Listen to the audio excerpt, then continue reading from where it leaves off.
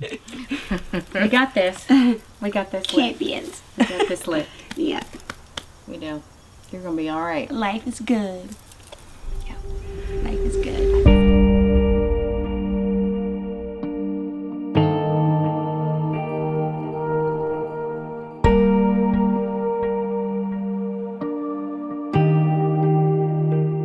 When you're diagnosed with cancer, nothing is black and white. Nothing is for sure. It's about percentages and test results and best possible outcomes. It can feel very gray. Brandee McCoy knows that feeling all too well. She was diagnosed with breast cancer last November and is currently receiving vital support from one of us as she goes through treatment. Everything around me before that seemed like it was falling apart. With this organization, the pieces started coming back together. Brandee grew up in poverty in Huntington, West Virginia. She wanted a better life for herself, so she made her way to the University of North Carolina in Chapel Hill, where she got her bachelor's degree and law degree.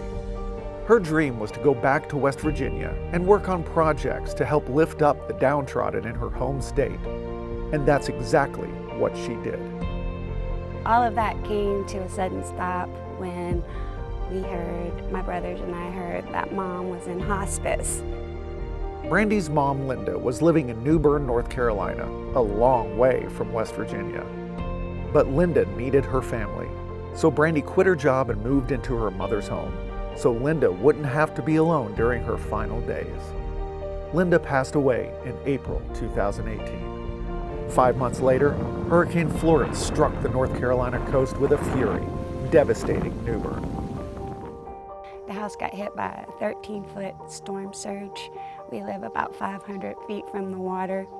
And I kind of felt bad because I promised my mom I would save everything, and I couldn't. The hurricane just took it all away.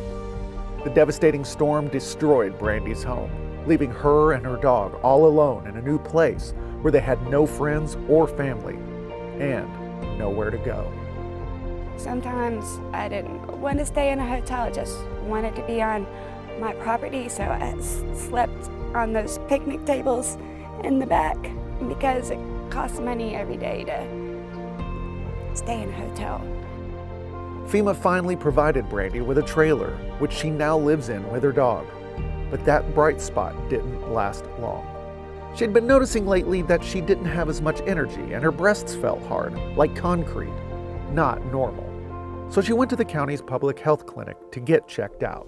I could tell by some of their responses that, like they were saying that it was radiating heat and things like that, that I knew something was wrong.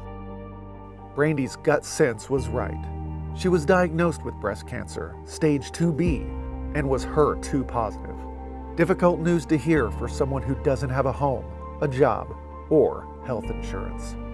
But through her faith and help from one of us, Brandee persevered. Through a mastectomy, chemo, radiation, she kept on fighting. I'm getting better every day. Start radiation. Today I'm a little scared. I'm not gonna lie, but thank you so much and have a good day.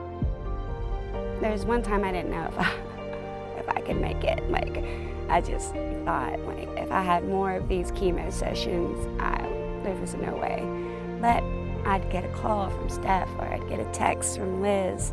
And their messages of encouragement would give Brandee the energy she needed to continue battling this disease. One of the most beautiful things that happened is I found my tribe, and my tribe was one of us.